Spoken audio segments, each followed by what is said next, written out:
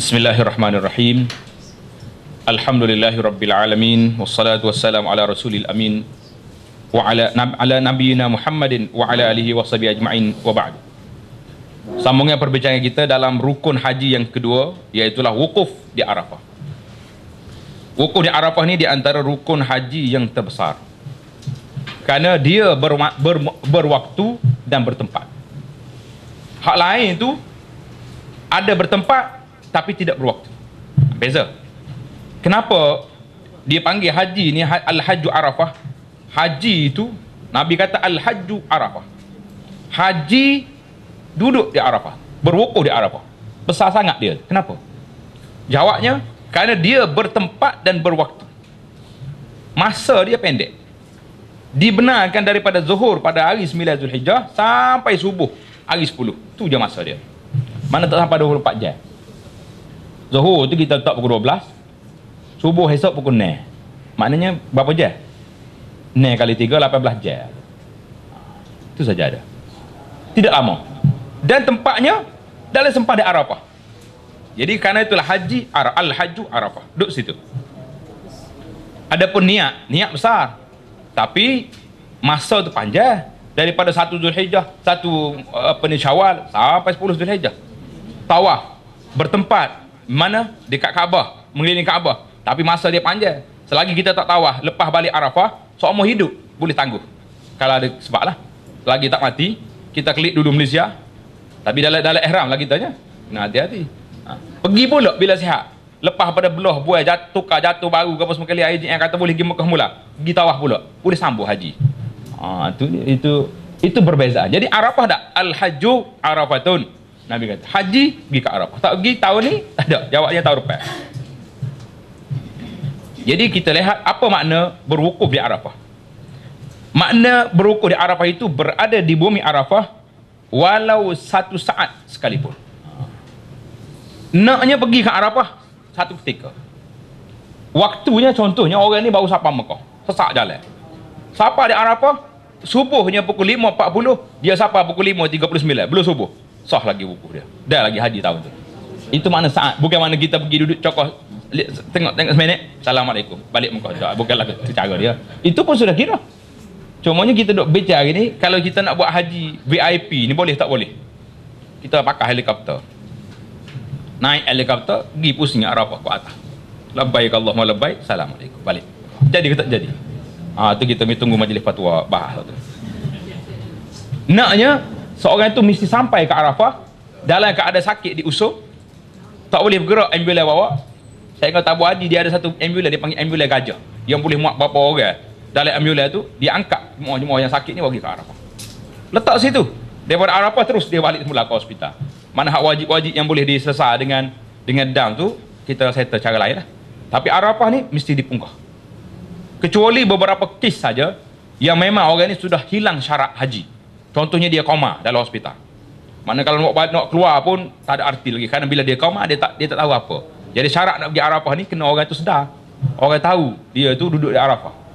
Jadi orang ni je, itu pun tak banyak. Mungkin kalau ada pun seorang atau 2 orang setahun. Minta selamatlah kita daripada kes ni.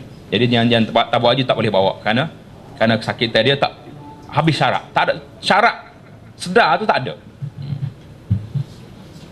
Itu Nabi SAW telah bersabda, Al-Hajju Arafatun. Waktu berwukuf di Arafah bermula bila? Daripada gelincir matahari. Apa makna gelincir matahari? Gelincir matahari ni bukan jatuh red, tidak ni. Gelincir matahari itu maksudnya waktu zuhur. Dia matahari duduk tengah langit, fi kabidis sama, tengah-tengah langit.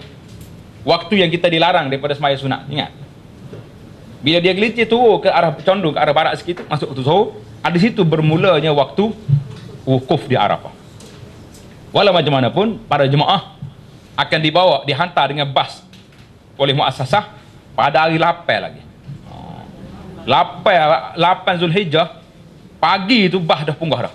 Shuttle bas. Dia pergi. Rombongan kita ni ada kalanya kena cepat, ada kalanya malam karya baru pergi, bermacam-macam. Dalam pengalaman saya bertugas pergi haji ni, alhamdulillah, pada tahun 2009 baru ni kena hujan lebat. Pelik nak hujannya di Arafah. Banjir jalan. Basah berjeruk kita ni. Kerana kait heran basah habis. Kemah kita basah. Tempat tilam yang kita disediakan oleh muassasah basah habis. Jemaah tak menung duduk. Kata ujian Tuhan sikit baru ni. Basah, kemah baru sikit.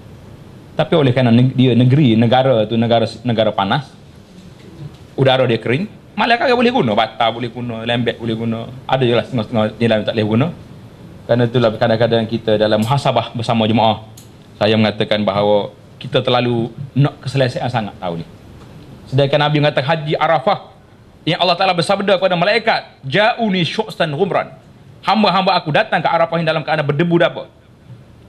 Jemaah kita minta nak tilap, nak batak, nak kain selimut. Aballah illa syu'san ghumran. Allah Ta'ala tak mau kecuali kita duduk dalam keadaan debu dan duduk dalam keadaan basah. Allahu Akbar. Tengok haji tuan-tuan. Yang penting sekalinya haji mabrur yang kita nak. Haji yang diterima oleh Allah SWT. Senang ke susah, tapi itu pengalaman pertama dalam hidup kita ni. Berapa kali kita pergi haji tahun lepas. Memang kena hujan mati. Hujan lebat sungguh.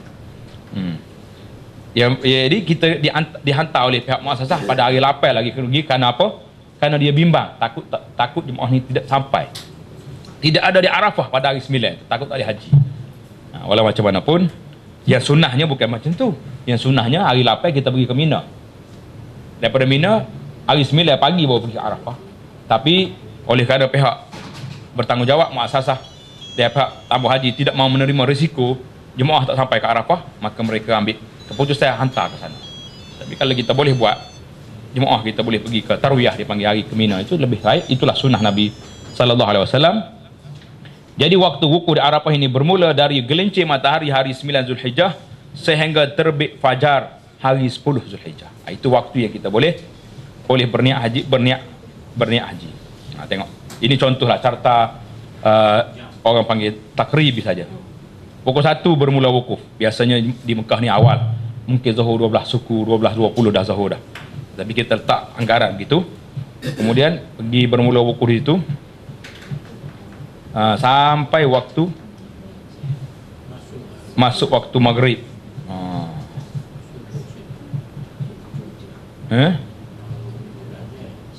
Dia duduk situ sebenarnya. Mula wukuf situ, habis dah. Tamat wukufnya pada waktu maghrib. Bukan tamat, sunat kita keluar pada waktu maghrib. Hak tamatnya besok lah. Subuh esok tu baru tamat. Pukul 7 pagi dek. Subuh esok je. Anggaran pukul 7 lah. Jadi tuan-tuan muslimin dan muslimat kena letak di situ satu kalkulator, sekarang lagi kita kena buat. Dijangka waktu wukuf kita hanya ada 5 jam setengah. 5 jam setengah ni berapa minit? 5 kali 6 330 minit. 330 minit. Perjalanan hidup kita yang berpuluh tahun tak sampai ke Arafah. Lama ke sikit? Panjang ke pendek? Teramat pendek, teramat sikit masa. 330 minit. Dengan hajat kita yang bergunung ganang ni, tinggi hajat. Nak suruh kita jadi baik, nak suruh suami jadi baik, suami nak suruh isteri baik, nak suruh anak-anak semuanya baik, nak suruh keluarga harmoni. 330 minit. Bagilah dengan apa benda yang kita nak. Bila masuk waktu maghrib, tuan-tuan akan menangis, tak cukup masa. Tapi kalau tak cukup motivasi, kita duduk 15 minit baca doa zikir yang diajar oleh ustaz. Lepas pada tu ambil kamera pergi cari huta di Arafah. Kerana tidak ada kesedaran. Kita pergi ke Arafah dalam keadaan kita tak sedar. Pada waktu itu sia-sia waktu yang ada. Ini realiti berlaku. Bila kita tegur pakcik duduk mana ni? Arafah, kenapa macam ni? Sudah dah zikir ustaz baca doa dah tadi, habis dah. Duduk rehat bawah pokok, duduk isap okok dan macam-macam lagi. Itulah yang kita sedih. Kita kata orang lain cari pergi haji mabrur, dia bawa haji malboro kat sini. Masalah. Cari unta buku gambar. Jadi jemaah kita biasanya unta ni kita akan bawa pergi belu haji lagi. Bawa kamera siap-siap atau naik unta. Hari Arafah saya tak nak tengok sore apa jemaah naik unta hari tu. Saya tak nak. 330 minit. Satu waktu yang cukup sedikit. Cukup tak cukup? Tak cukup. Sekarang ni lagi tuan-tuan bawa beli buku nota kecil. Apa benda yang kita nak kata pada hari Arafah? Pada hari Allah SWT berbangga dengan para malaikat. Pada hari itu syaitan tersungkur rebah kerana malu kepada rahmat Allah Ta'ala begitu luas di bumi Arafah. Hari yang dijanjikan oleh Allah Ta'ala dengan berbagai-bagai janji. Janji syurga, janji keampunan, janji siapa yang berdoa pada hari ini diterima doanya. Tiba-tiba kita leka. Kita boleh tidur. Kita sibuk dengan benda-benda lain. masih duk buat lagi. Allahu Akbar. Terlalu jauhnya kita dengan Allah Subhanahu Wa Taala. Jadi motivasi ini perlu ditanam dalam kepala jemaah. Biasanya daripada sini kita tanam, seminggu belum pergi Arafah kita tanam lagi, dan insya-Allah jemaah akan berterima kasih bila keluar pada Arafah. Mereka mengatakan apa ni, jadual yang telah mereka senarai ke itu tak cukup rupanya. 330 minit, bukannya lama.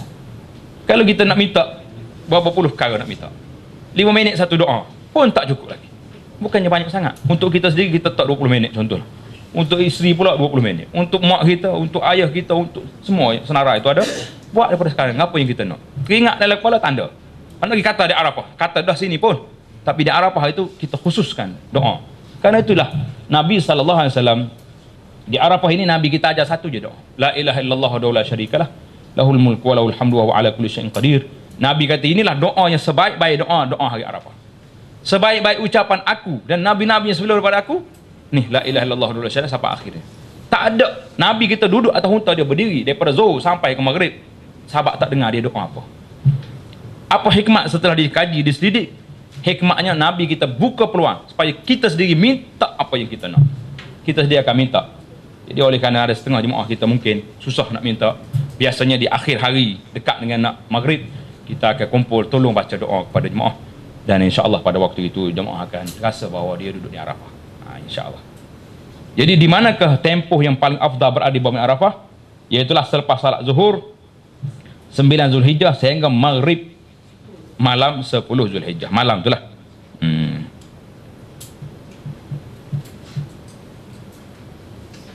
Jadi biasanya jemaah kita macam itulah.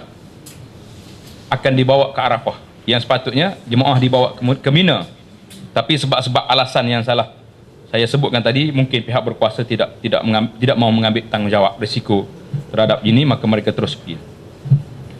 Syarat-syarat wukuf yang perlu kita ada. Yang pertama sekali adalah berada di bumi Arafah dalam masa yang ditentukan.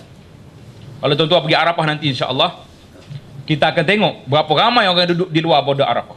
Duduk di luar. Tak tahu dia duduk di situ kerana tak ada kemah di Arafah ke dia memang tidak tahu yang dia duduk di luar Arafah. Tengok nanti atas bukit, ada di celah bukit, orang duduk luar. Cuma kita harapkan dekat nak maghrib nanti bila nak keluar nanti dia masuk dalam Arafah. Kalau tak masuk dia terus pergi keluar, maknanya dia rukuk di luar Arafah dan dia tak dapat haji. Tak dapat haji. Yang kedua, orang yang berwukuf mestilah orang yang ahli ibadah. Jadi bukan orang yang sewe, bukan orang yang gila dan sebagainya. Yang orang pitam macam sebut tadi lah. Kerana itulah tabung haji tidak akan bawa orang-orang yang koma ni daripada hospital, tak bawa ke Arafah. Kalau bawa pun tak jadi, tak cukup syarat. Yang ketiga, orang yang berwukuf sudah berniat ihram dengan niat untuk mengerjakan ibadat haji. Jadi kalau wukuf saja tak niat, tak jadi. Yang keempat, berwukuf dalam sempadan Arafah. Jadi di antara adab-adab berwukuf, sunat-sunat berwukuf, biasalah tu. Yang pertama sekali mandi untuk berwukuf, contohnya nak mandi kat mana saya pun tak pasti. Karena kita sudah di Arafah hari itu, air pun tidak begitu banyak. Imam berkhutbah 2 khutbah dan menjamakkan zuhur dan asar secara jamak takdim. Mana kita sembahyang zuhur dan asar jamak takdim. Yang sunnahnya Nabi kita buatnya sembahyang secara qasar. Tetapi mengikut arahan tabung haji kita sembahyang jamak, tetapi jamak tamam. Jamak cara tamam. Maknanya jamak zuhur 4, asar 4. Jadi yang Nabi kita buatnya zuhur 2, asar 2. Jadi kita tak bincang di sini macam mana cara kita nak buat tu. Itu strategi dia panggil. Yang ketiga, masuk ke bumi Arafah selepas gelincir matahari dan selepas menunaikan salat jamak tadi. Ini cerita asal lah ni. Kita hari ni duduk dalam Arafah dah semalam lagi. Kena hujan ke kena nyamuk ke duduk situlah. Itu Allah Ta'ala nak uji kita. Yang keempat, bersegera melakukan ibadat selepas berwukuf, selepas jamak salat. Jadi lepas zuhur tu jangan duduk kira lain dah. Itu sebab kita minta dengan pihak pengurusan supaya sediakan makanan sebelum zuhur. Ada kalanya tak dapat. Masa saya kata tak masak nasi. Jadi mengganggu kita. Tengah duduk doa, berhenti makan dulu. Bila berhenti makan, sudah makan, dia mengantuk, tidur. Tapi saya kata jemaah yang tidur lebih baik daripada jemaah yang berbual. Kerana tidur di Arafah saja lah, ada kita beribadat. Kita berdoa, duduk tangan. Setengah makcik yang baca tasbih, duduk tangan dia. Tetapi, yang duduk buah, bila buah ni maklum sajalah, dia tak ada sempadan. Ke buah ni ada pagar. Sekat ni ya boleh buah, ini tak boleh. Dia pergi kata pindah. Jadi hak kata pindah itulah. Ada kalanya sambil bergurau sebut tentang perempuan. Jadi bila sebut tentang perempuan, di antara larangannya 13 itu ialah tak boleh berbincang tentang perempuan dalam masa mengerjakan haji. Kalau buat juga, maknanya kita telah membuat satu larangan ihram.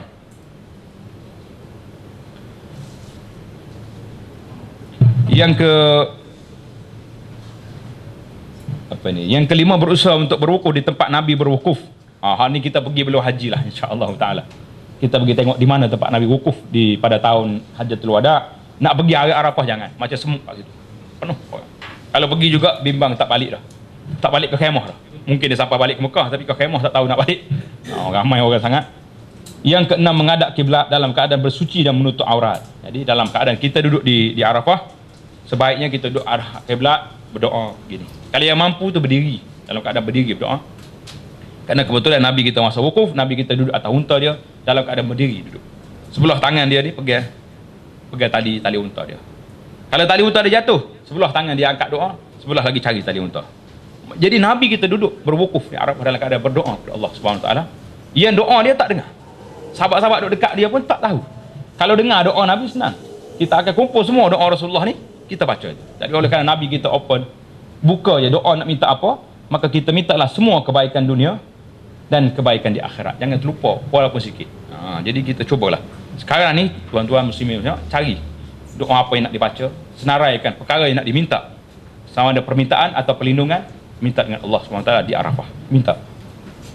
InsyaAllah ta'ala tempat itu tempat yang mustajab. Allah ta'ala akan terima permohonan yang paling besar sekali. Minta kita ni beriman dengan Allah sampai kita mati dalam beriman dan kita dimasukkan dalam syurga Allah yang begitu besar kehebatannya.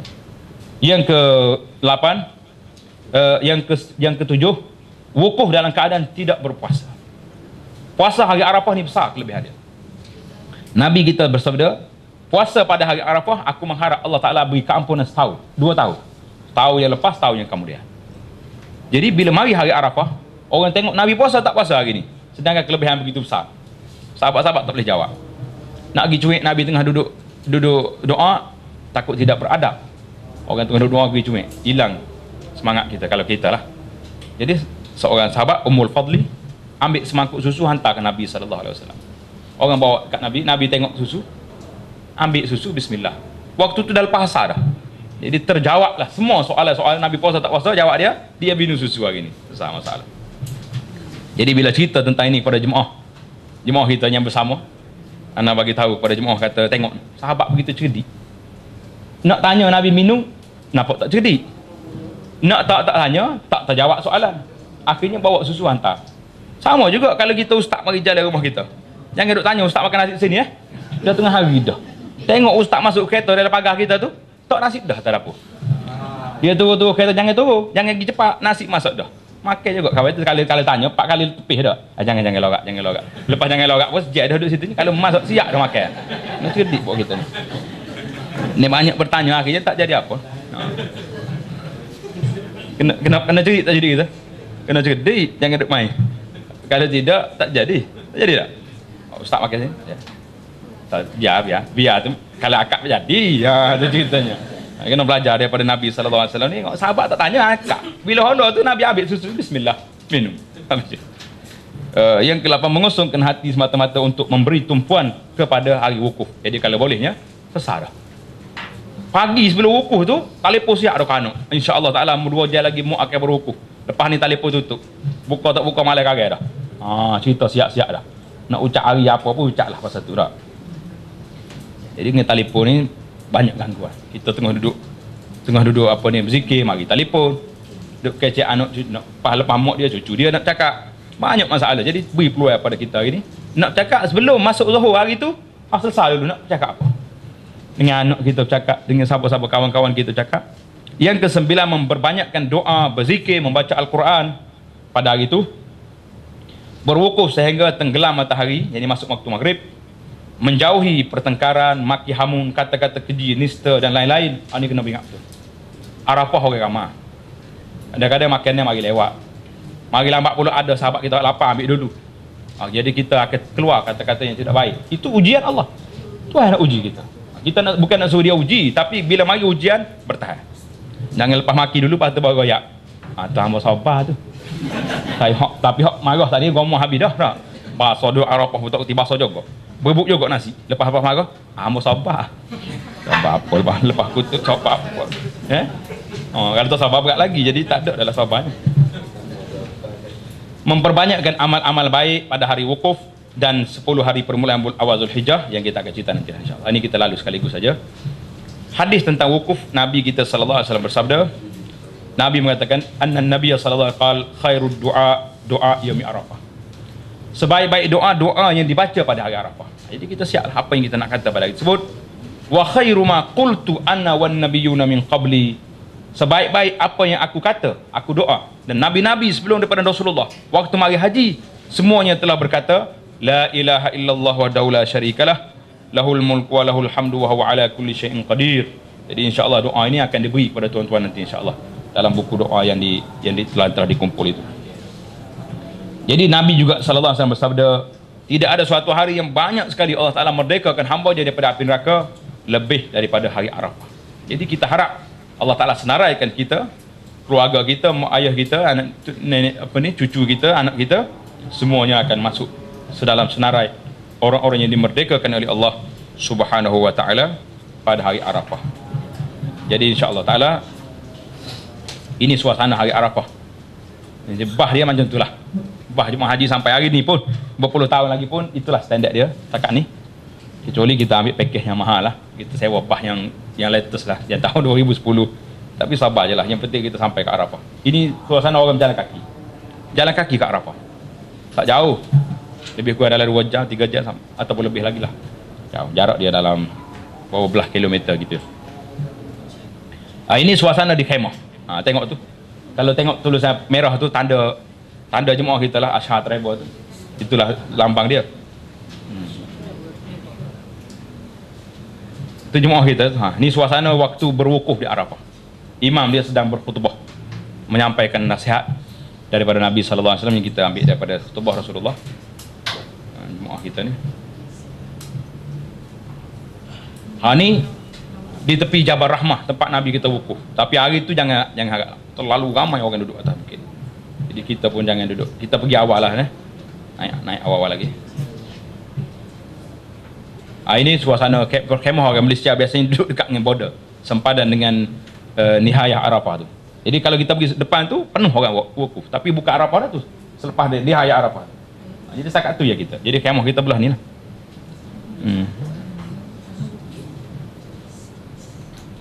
Habis dah kita rukun haji yang kedua, iaitulah wukuf di Arafah. Kita berpindah pada rukun yang besar, iaitulah rukun yang ketiga, tawaf ke Baitullahil Haram, di Baitullah. Apa makna tawaf? Tawaf tu mudah je, mengelilingi Kaabah dengan syarat-syaratnya. Ulama dia tak mau cakap banyak, mengelilingi Kaabah dengan syarat-syarat dia. Syarat dia banyak lah, nanti kita sebut lepas ni syarat dia apa ni. Syarat apa ni? Syarat tawaf tu banyak, ada 8 di sini. Dengan sunat-sunatnya lagi, dengan peraturan. Bila kita keliling Kaabah dengan syaratnya, di manakah dalilnya kita wajib tawaf? Tawaf ini sebagai rukun. Allah SWT berfirman dalam Al-Quran Al-Karim, wal yattawafu bil baitil atiq, dan hendaklah mereka tawaf akan Baitullah, yakni Kaabah Al-Atiq yang sangat tua sejarahnya, itu beribu tahun sudah umur dia. Di zaman Nabi Ibrahim AS membina Kaabah, itulah di antara yang disebut dalam Al-Quran. Tetapi ada ulama mengatakan Kaabah ini bukan zaman Ibrahim, belum tu lagi sudah ada. Karena waktu Ibrahim datang, wa izbawwa'na li Ibrahim makanal bait, kami dah tunjuk pada Ibrahim tapak Kaabah. Mana tapak tu sudah ada, cuma dia runtuh, dia hilang, Ibrahim mari bina balik. Jadi cerita ni saya tak nak cerita lagi ni, mungkin kalau ada masa di akhir sesi siri ceramah kita nanti, ataupun tuan-tuan boleh baca sejarah Kaabah ini dalam buku Makkah Al-Mukarramah, kelebihan sejarah yang ada bersama dengan kita hari ni. Buku tu saya tulis waktu masih belajar di Madinah, kerana terlalu banyak sangat soalan-soalan daripada jemaah haji. Bila kita pergi ceramah ya, ustaz macam mana nak bawa balik maklumat ni? Saya pun tak tahu, akhirnya saya tulis buku untuk membantu jemaah, dan insya-Allah saya syorkanlah pada tuan-tuan muslimin yang boleh membaca, jangan pergi Mekah ni kecuali baca dulu buku itu habis, khatam dulu.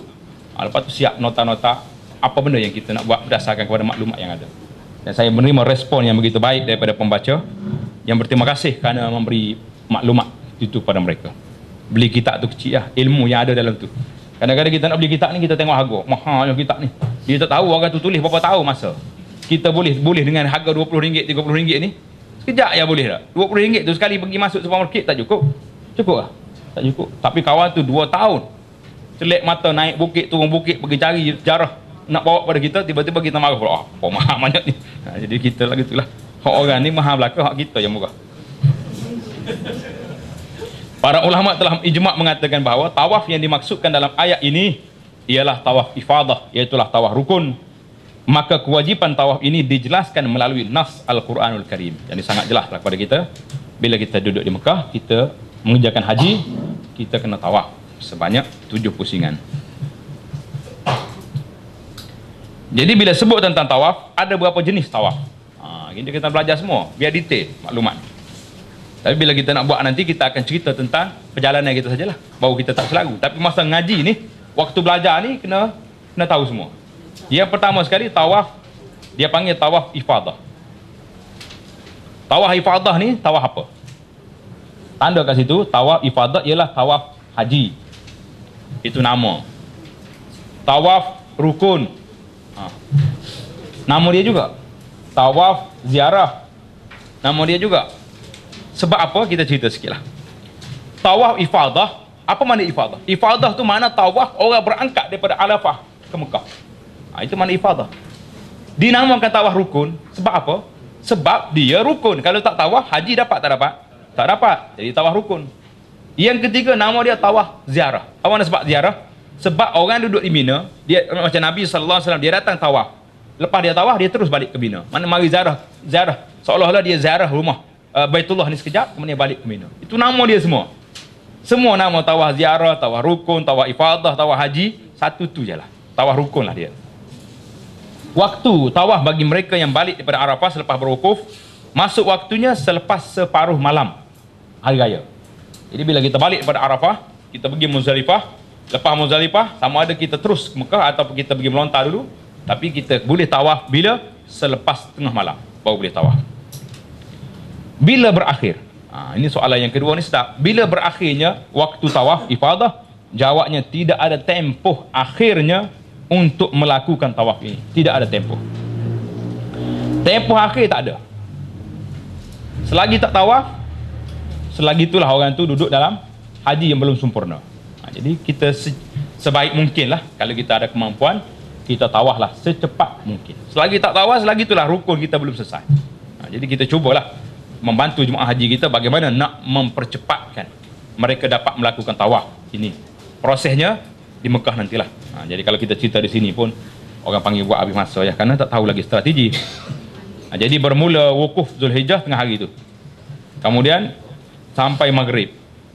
Bila sampai maghrib kita keluar, contohnya pergi ke masuk malam 10 Zulhijjah. Maghrib tu. Jadi waktu nak tawafnya bila? Tengah malam tu. Jadi waktu tawaf selepas tengah malam. Tak boleh kira jam macam ni. Kita kena kira malam tu bila, berapa jam. Jadi setakat ni anggaran saja. Jadi kalau maghrib pukul 5.30, subuh pukul 5, mana ada 11 jam setengah. Nah, 11 jam setengah. Jadi tolak berdua pukul apa? Masuk setengah malam. Pukul 11 setengah malam. Gitulah lebih kurang aja. Cara kira dia bukan, tak boleh nak main waktu tetap, tak ada. Waktu dia ikut malam tu panjang ke pendek. Jadi kalau kebetulan malam tu malam musim panas, malam panjang.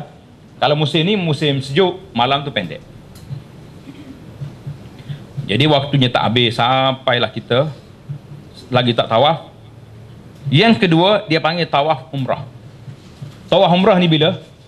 Iaitulah tawaf rukun bagi yang melakukan umrah. Orang yang melakukan umrah, tawaf yang dia buat tu tawaf apa dia panggil? Tawaf rukun. Sebab umrah ni rukun dia niat. Yang kedua tawaf. Jadi tawaf tu dipanggil tawaf rukun bagi umrah. Yang ketiga tawaf tahiyatul bait. Lagu mana pula ni? Jadi tawaf tahiyatul bait ni tawaf menghormati Kaabah. Tawaf bagi mereka yang masuki Masjidil Haram kerana menghormati Baitullah. Macam kita masuk masjid, kita hormat pada masjid, kita semaya sunat tahiyatul masjid. Bila kita masuk dalam Kaabah, kita nak hormat Kaabah itu kita kena tawaf. Tapi bukanlah semudah itu di zaman sekarang. Jadi oleh kerana kita pergi ini dalam keadaan orang ramai musim haji, jika terhalang daripada melakukan tawaf ini kerana kesesakan, maka lakukanlah salat sunat tahiyatul masjid. Yang diganti dianya semaya tahiyatul masjid kalau tak dapat. Kalau dapat buat tawaf. Itu dipanggil tawaf tahiyatul bait. Kemudian begitu pindah pula kepada tawaf, dia panggil tawaf kudum. Tawaf kudum tu apa pula? Baca betul-betul kudum, bukan kudung. Kalau kudum tu putus tangan tu. Ini kudum dia. Tawaf kudum ni makna tawaf selamat datang ke Mekah kerana mengunjungi Baitullah. Disunatkan dalam mazhab Syafi'inya, disunatkan bagi yang melakukan haji ifrad dan qiran. Bila kita buat haji ifrad, ini hati betul-betul. Bila kita buat haji ifrad, kita masuk ke Mekah. Masuk Mekah, mula-mula sekali kita kena tawaf. Tawaf yang kita buat ni tawaf apa? Tawaf haji ke tawaf apa? Tawaf qudum, tawaf selamat datang. Sunat dalam mazhab Syafi'i sunat. Selepas tawaf, kita dibenarkan melakukan sa'i. Sa'i itu sa'i haji. Jadi itu dia kata, dalam kitab kita kata tertib pada kebanyakan rukun. Jadi sebab rukun sa'i itu rukun, tapi boleh didepankan, diawalkan daripada pergi ke Arafah, diawalkan daripada tawaf ifadah. Itu sebab. Jadi tawaf kudum itu tawaf sunat bagi orang yang haji ifrad dengan haji qiran. Bila tawaf kudum dia ke tawaf ifadah dia, tawaf haji dia selepas balik daripada Arafah. Jelas ya? Jangan beza tawaf kudum dengan tawaf tahiyatul bait tadi bentuk orang di Mekah dah. Kita duduk Mekah dah, bila masuk masjid, setiap kali masuk tawaf, setiap kali masuk tawaf, itu yang baik. Jadi kalau tak mampu, orang terlalu ramai, cuaca panas, maka kita berpindah kepada semaya sunat tahiyatul masjid. Jadi tawaf kudum jelas. Yang seterusnya tawaf sunat. Apa dia tawaf sunat ni tuan-tuan? Tawaf biasa yang dilakukan pada bila-bila masa yang disukai. Bila-bila kita rasa free, malam tak nak tidur. Ataupun biasanya bukan tak dengar tidur, biasanya kita akan bangun awal. Orang Malaysia dia bangun awal sebab Malaysia waktu dia lebih dahulu daripada Arab Saudi 5 jam. Kita sini biasa kita akan bangun pukul 6 pagi subuh. Sekarang ni mungkin awal lagi sebab subuh awal kan. Lepas subuh kita tidur tak tidur? Tak dah, sibuk dengan anak nak pergi sekolah lah, sibuk nak pergi pejabat lah, sibuk nak pergi noreh lah, macam-macam sibuk tak? Jadi oleh kerana kita pukul 8 pagi, pukul 7 pagi tu cerah dah, hilal dah mengatuk kita. Tolak 5, apa jadi? 7 tolak 5 2. Biasanya macam tu lah, pukul 2.30, pukul 3 tu penuh jemaah haji kita dah bangun dah, berebut tanah dah nak pergi masjid sebab cerah dah Malaysia. Jadi itu peluang. Jadi bila kita pergi ke masjid awal, tawaf dulu. Nak tawaf bawah ramai sangat orang, tawaf tingkat 2.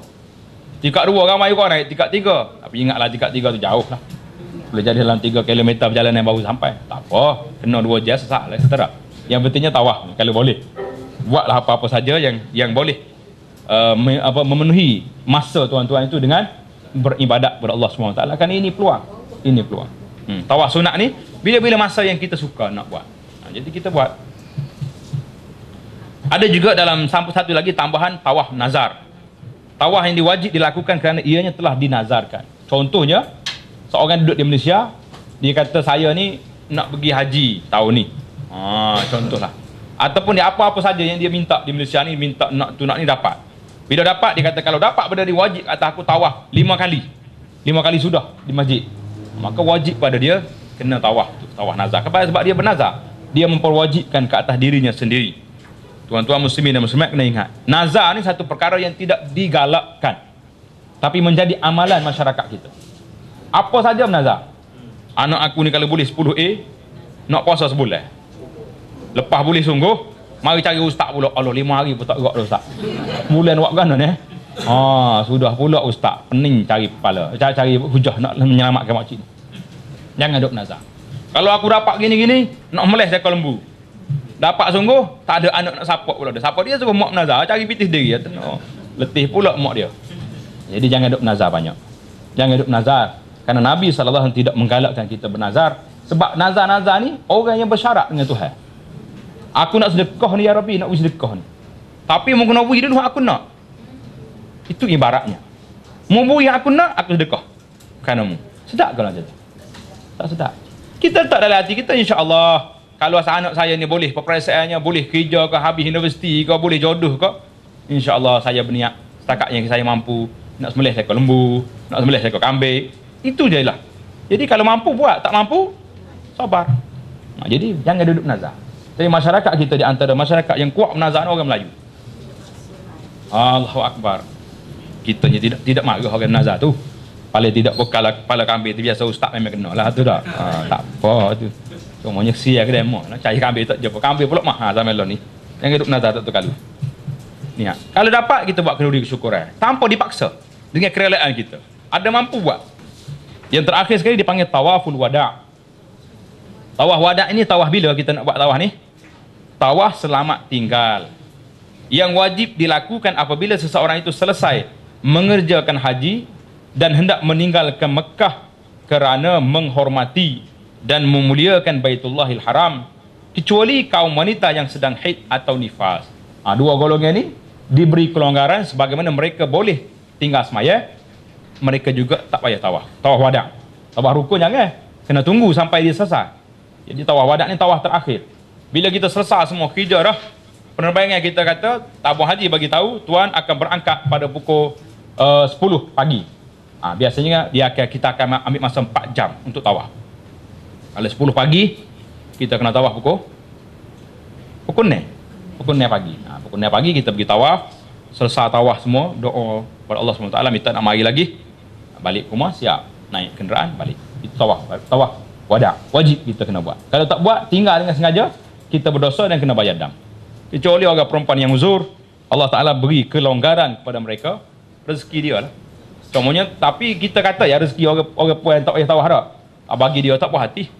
Sedih juga tu kalau tahu saya nak mana ustaz. Nak pergi juga lambat kat Abah sikit, kata ita-ita dekat pintu lah. Nak mana? Pergi dekat pintu kat Assalamualaikum. Jangan buat gitu. Tak ada salah kau kat Abah tu. Jadi sekadar kita pergi tengok doa. Itu je lah yang boleh betul. Allah Ta'ala beri kelonggaran, kenapa tak nak terima? Terima lah. Jadi itu kelebihan orang perempuan, dia ada kelonggaran dia. Orang lelaki tak ada cuti dalam solat ni. Ada cuti. Buat cuti itu cerita lain. Tapi kelebihan orang perempuan ni, dia boleh bercuti. Paling lama orang perempuan boleh cuti berapa hari? 40 hari. Paling lama lah. 15 hari tu bulan ni tanya berat-berat tu boleh 40 hari dah. Dalam masa Syafi'i 60 lah. Dalam nifas. Jadi itu kelebihan dia lah. Pasal dia kerja kuat semati tak? Nak beranak tu bukan senang.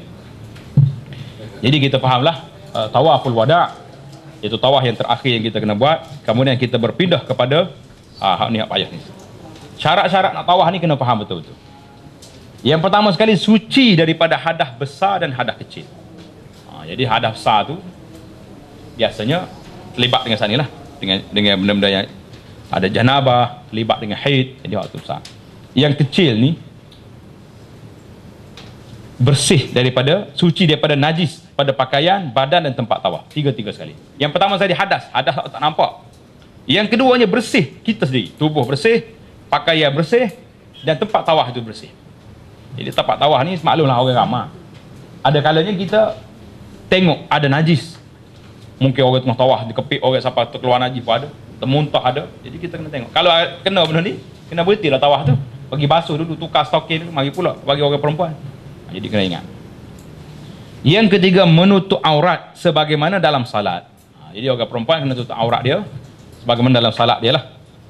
Yang ke orang lelaki-lakinya pakai kain dua lah tadi.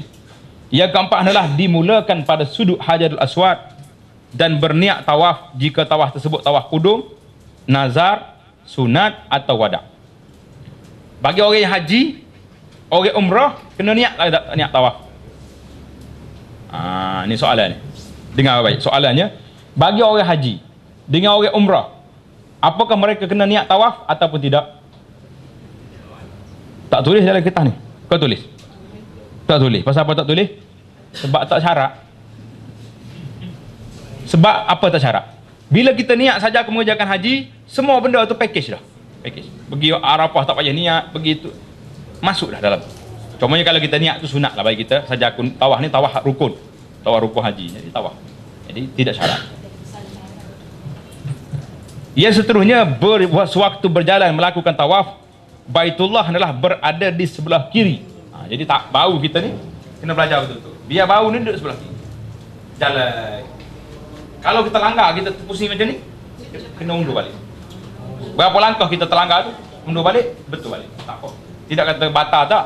Dia tak batal. Cumanya beberapa langkah yang terpusing tu, kita undur balik.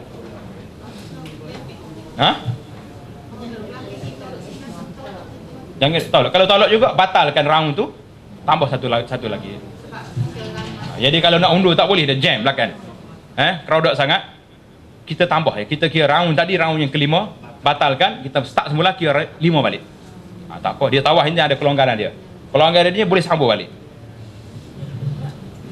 Ya. Boleh sambung balik. Jadi kena perhati betul lah. Perhati. Kalau kita tengoklah ramai jemaah haji ni, dia tak cara pada bau dia.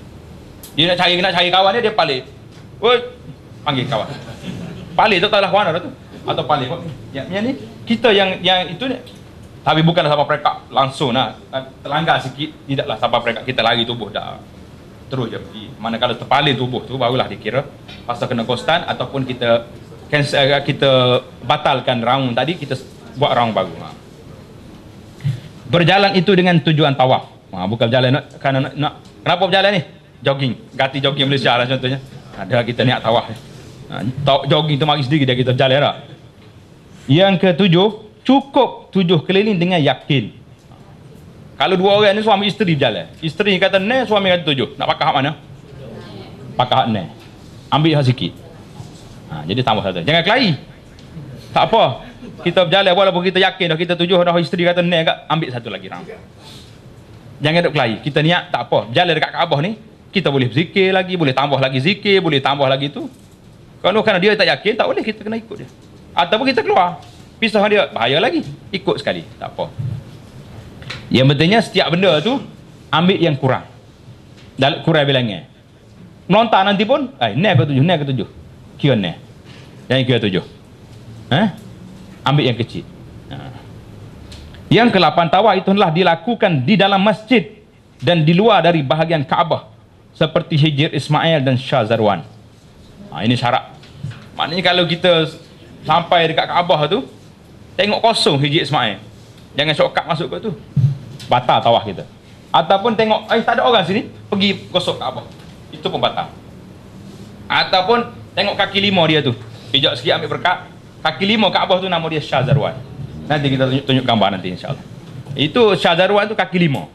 Tak boleh pijak kaki 5, tak boleh sentuh Kaabah dan tak boleh masuk dalam Hijr Ismail. Kalau masuk, batal dia punya apa ni, tawaf dia tu. Kerana mana gambar dia ni?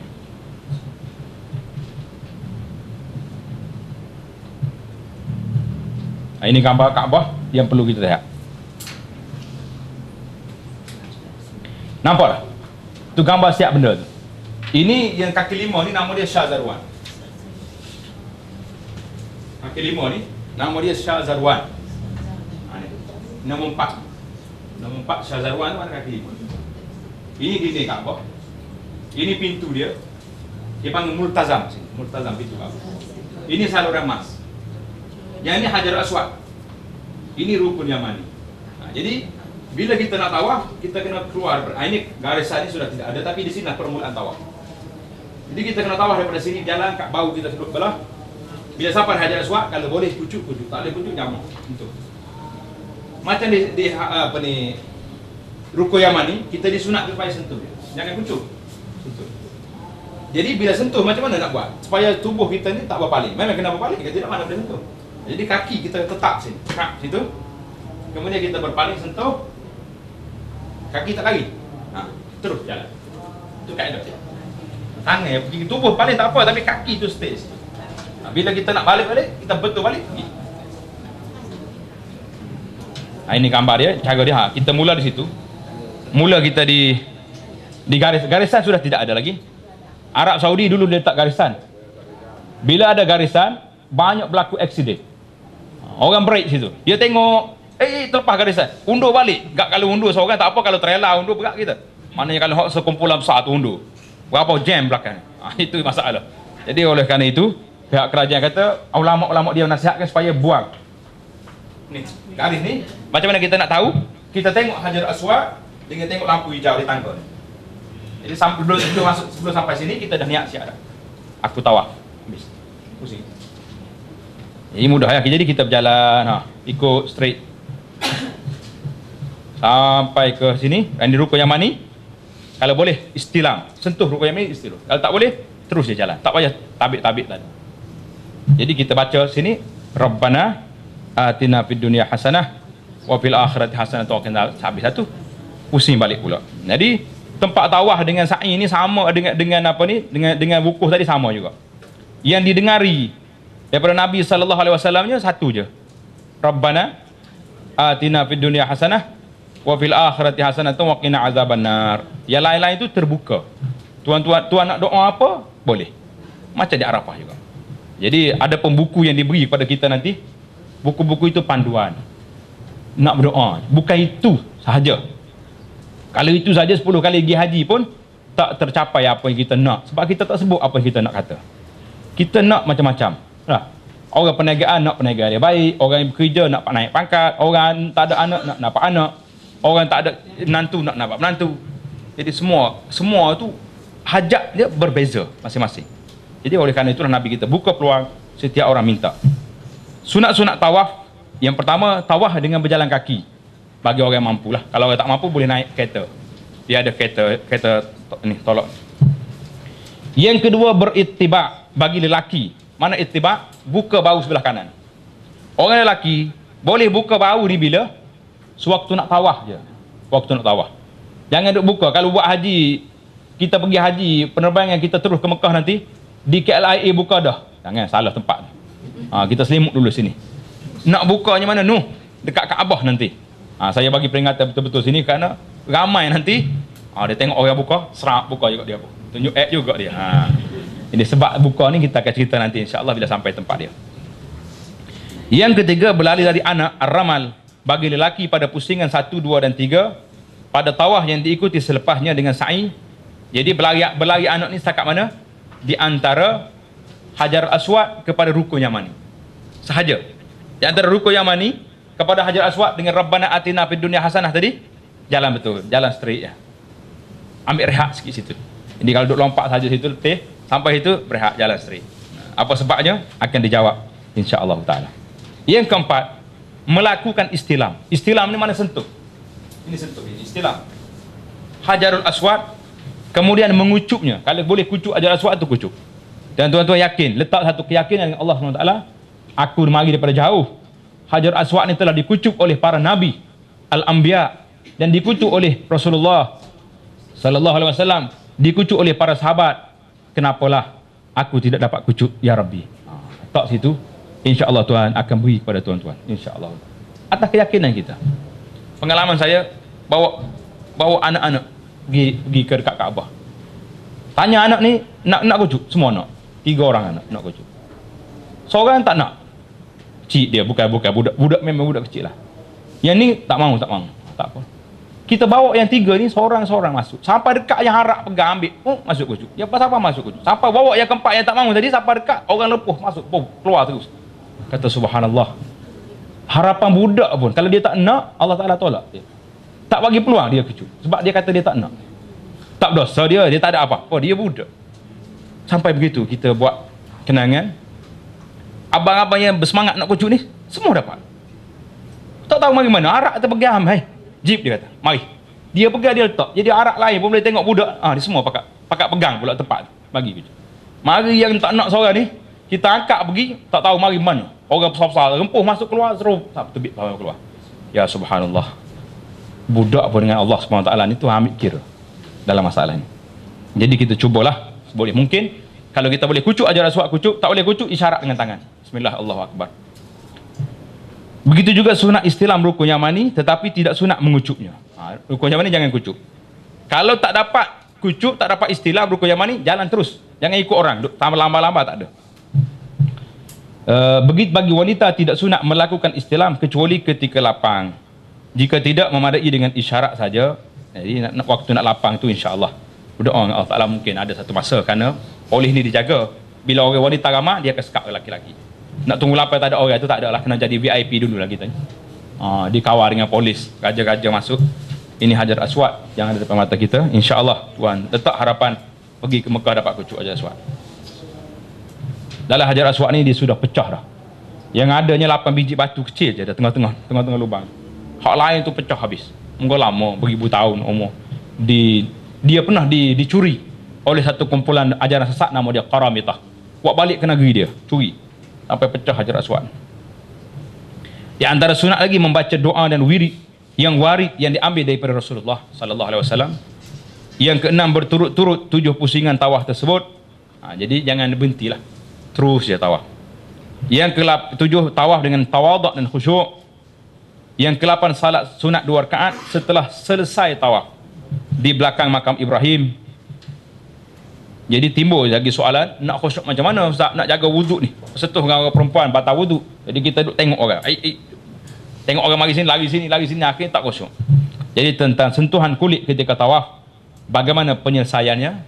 Saya jawab di sini berpegang kepada pendapat jumhur ulama 3 mazhab, Hanafi, Maliki, Hambali, dan sebagian ulama Syafi'i yang mengatakan tidak batal wuduk sentuh perempuan. Jadi insya-Allah masalah wuduk menyentuh perempuan ni kita akan buat satu perbincangan khusus. Ada satu kertas kita akan beri dalam pelajaran kita ini insya-Allah. Jadi untuk menyelesaikan masalah di Mekah, kalau tidak agak susah kita. Jadi masalah wuduk ni kita akan bincang nanti apabila sampai waktunya insya-Allah. Jadi kesimpulannya, wuduk itu sendiri mengikut jumhur pandangan 3 mazhab yang mengatakan tidak batal wuduk. Jadi kita berpeganglah dengan pendapat itu sewaktu kita mengerjakan haji dan juga umrah insya-Allah. Jadi perhatian di sini tentang kalau di bawah tu penuh orang ataupun tak penuh, boleh ke tak boleh jemaah haji naik tawaf di tingkat 1 dan tingkat 2? Jawabnya boleh tawaf di tingkat atas jika kawasan tawaf penuh sesak dengan orang yang sedang melakukan tawaf. Contohnya kalau tak sesak apa, kita nak cuba tingkat atas, boleh. Jadi yang kuat-kuat ni yang biasa duk jogging ni, pergilah tawaf tingkat atas sekali tak? 3 km mana jauhnya. Kita duk jogging pagi-pagi pun 10 km tak? Ni tawaf ni. Cumanya berbeza sikit lah. Tawaf dulu kita pakai kasut sini. Kat sana dalam masjid mana nak pakai kasut. Letih juga tu. Saya boleh berjalan banyak kilometer, tapi waktu sa'i dalam masjid, kadang-kadang kaki kita jadi keren. Sebab tak ada, dia sejuk, lepas tu tak ada kasut. Dia ada masalah. Orang perempuan pakai stocking, lelaki tu kalau dia pakai ihram macam mana? Jadi kita faham di sini. Sekali lagi saya tunjuk gambar Kaabah kita di sini. Nampak tu? Kawan-kawan yang ada, ini Hijr Ismail. Hijr Ismail ni dia ada tanda bulat. Jadi dia ni masih dalam Kaabah lagi, masih dalam Kaabah. Kalau tuan pergi ke sini, shortcut batal. Saya pernah bertemu dengan jemaah yang bergembira. Dia kata cepat saya ekspres hari ni tawaf Ustaz. Kata ekspres macam mana? Dia kata tak ada orang, dia shortcut masuk dalam Hijr Ismail. Saya kata ekspres betul hari ni, ekspres betul. Habis buka ihram dah, buka. Naik segera ke bilik, ambil kain ihram, buka pakaian, pakai ihram balik. Kenapa? Tawaf tak sah tadi. Pergi balik ke masjid, tawaf semula, sa'i semula, berjukur balik, bayar dam. Sebab dia dah buka ihram sebelum masa dia. Jangan duduk main shortcut, dia pandai sendiri je. Saya pesan berkali-kali lah kepada jemaah kita ni, jangan mana-mana. Apa hukum nak buat pun, tanyalah. Jadi talian untuk bertanya tu ada.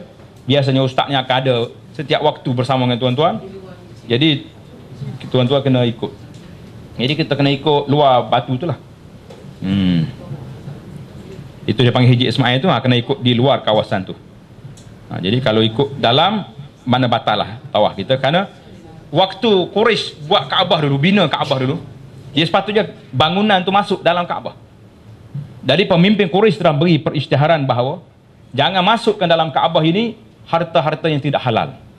Tengok Quraisy berhenti basah. Bila buat masjid yang tak ada harta halal. Ni kita bila orang minta derma buat masjid, pergi tanya duit interest riba boleh buat masjid tak? Allah tanya lagi, kata orang Quraisy yang jahiliah berhenti. Dia iklan jangan masuk. Jadi oleh kerana dia kumpul duit halal tak cukup, semuanya hasil perjudian, hasil pelacuran yang ada, lesen-lesen dia keluar masa tu, yang menyebabkan dia tak masuk dalam masjid. Bila tak masuk, belanja tak cukup, yang maka tanda Kaabah tu dia buat melengkuh Hijri Ismail tu. Jadi sebab itulah Hijri Ismail termasuk dalam Kaabah. Kalau tuan-tuan bernazar, aku pergi Mekah ni wajib kena masuk dalam Kaabah. Tak payah pergi jumpa Raja Abdullah, tak payah. Masuk dalam Hijri Ismail tu sudah terlepas nazar kita. Kalau nak nazar lah, saya tak galakkan supaya bernazar. Kalau rasa nak masuk dalam Kaabah lah. Sebagaimana Aisyah radhiyallahu taala anha, dia minta dengan Nabi sallallahu alaihi wasallam nak masuk dalam Kaabah. Nabi kita pegang tangan Aisyah, masuk dalam Hijri Ismail, Nabi kata salliha huna.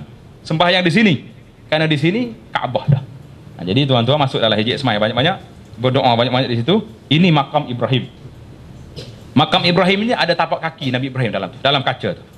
Jadi bila kita selesai tawaf, di mana kita nak salat sunat tawaf, sepatutnya kita salat di belakang makam Ibrahim ni. Carilah ruang yang ada, lagi dekat lagi baik. Tak dapat dekat, pergi jauh.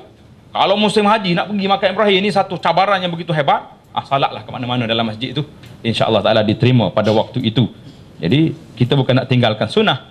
Ini dipanggil pintu Kaabah, di bawahnya dipanggil multazam, tempat orang yang duduk berdoa kepada Allah Subhanahu wa taala.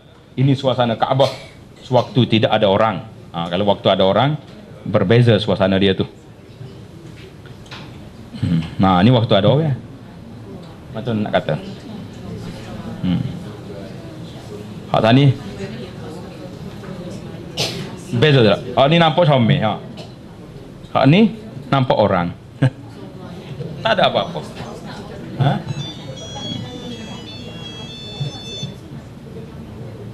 Ini tak ada lagi. Tempat air Zam-Zam ni sudah ditutup kerana dia nak luaskan tempat Kaabah. Makam Ibrahim masih ada. Jadi insya-Allah taala inilah suasana Kaabah yang tempat kita tawaf, dan insya-Allah kita akan sampai ke sana dalam masa yang terdekat. Insya-Allah taala berakhirlah siri kita pada kali ini.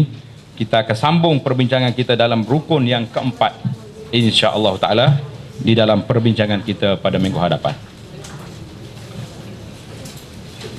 Dan sebelum saya tutup majlis ini, kita masih lagi memberi peluang kepada jemaah yang ingin bertanya tentang tawaf. Ada pun satu kes yang saya tangguh tadi tentang wudu batal tak batal sentuh perempuan, itu kita akan buat dalam siri lain.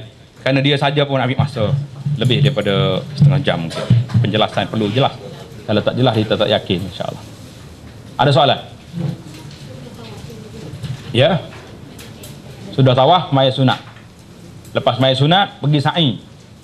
Lepas sa'i baru boleh bergunting atau bercukur. Tartib dia. Jadi kita tak tartib ni. Kita ikut satu-satu rukun kita tu. Lepas tu baru kita ambil semua perjalanan haji tu macam mana. InsyaAllah ta'ala. Habis. Ada dah soalan? Ada. Jadi kita baca tasbih kafarah. Subhanakallahumma bihamdika asyhadu an la ilaha illa anta astaghfiruka wa atubu ilaik. Wa sallallahu ala nabiyyina Muhammad wa ala alihi wa sahbihi ajma'in. Walhamdulillahi rabbil alamin.